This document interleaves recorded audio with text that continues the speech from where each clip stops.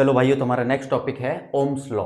देखो ओम महाराज ने क्या कहा है। देखो, the potential difference across the ends of a given metallic wire in an electric circuit is directly proportional to the current flowing through it provided its temperature remains the same. यानी कि उन्होंने कहा है कि अगर कोई सर्किट है, circuit का वायर है, वायर के दो एंड ले लें, दोनों किनारे ले लें, उनके बीच में जो पोटेंशियल डिफरेंस है वो किसके प्रोपोर्शनल रहेगा? करंट के प्रोपोर्शनल रहेगा। इन द सेंस, अगर करंट बढ़ाएंगे तो पोटेंशियल डिफरेंस भी क्या होगा? बढ़ेगा। करंट घटाएंगे तो पोटेंशियल डिफरेंस भी क्या होगा? कम होगा। ठीक है। और इस स्थिति में टेम्परेचर क्या होना चाहिए? कांस्टेंट होना चाहिए, यानी सेम होना चाहिए। टेम्परेचर को चेंज नहीं करना है। अब देखो ये कहना क्या चाहता है ओम? ओम कहना चाहता है कि V proportional to I। V यानी पोटेंशियल डिफरेंस, I यानी हमारा करंट।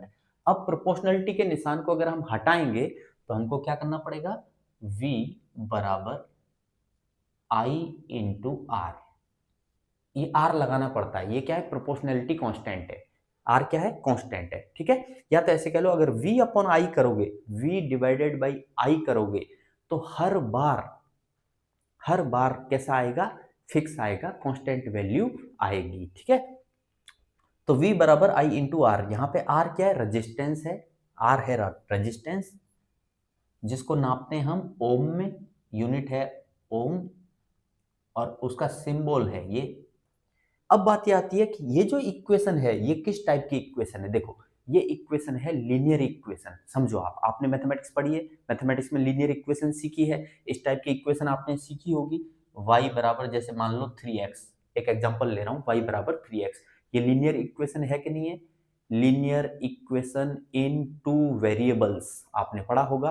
तो समझ लो थोड़ी देर के लिए कि ये जो v है ये y है, और ये जो I है वो x है, और R हमारा क्या है? जैसे 3। इस तरीके से तो अगर V और I में मैं ग्राफ खींचूं, ये रहा, ये करंट है, ये पोटेंशियल डिफरेंस है। इन दोनों के बीच में ग्राफ खींचा हुआ है। किस?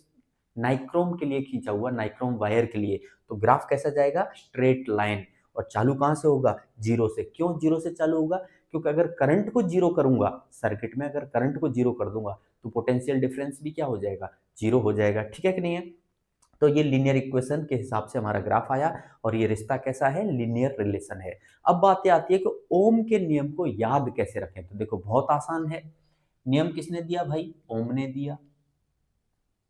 और VIR, इसे बोल सकता हूं वीर, थोड़ी देर के लिए समझने के लिए।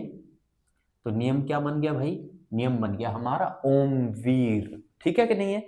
तो इस तरीके से हम इसे याद रख सकते हैं। चलो, अब अगली बात ये आती है कि ये जो रेजिस्टेंस है ये क्या कलाकारी है, क्या करता है, क्या काम है इसका। देखो भाई, it is the property of conductor to resist the flow of charges through it. यानी कि रेजिस्टेंस क्या करता है? जो कंडक्टर है उसकी प्रॉपर्टी रहती है कि जो चार्ज है उसके फ्लो को क्या करता है? रजिस्ट यानी रोकने का काम करता है। दूसरा लिखा हुआ है आपकी किताब में, motion of electrons through a conductor is retarded by its resistance.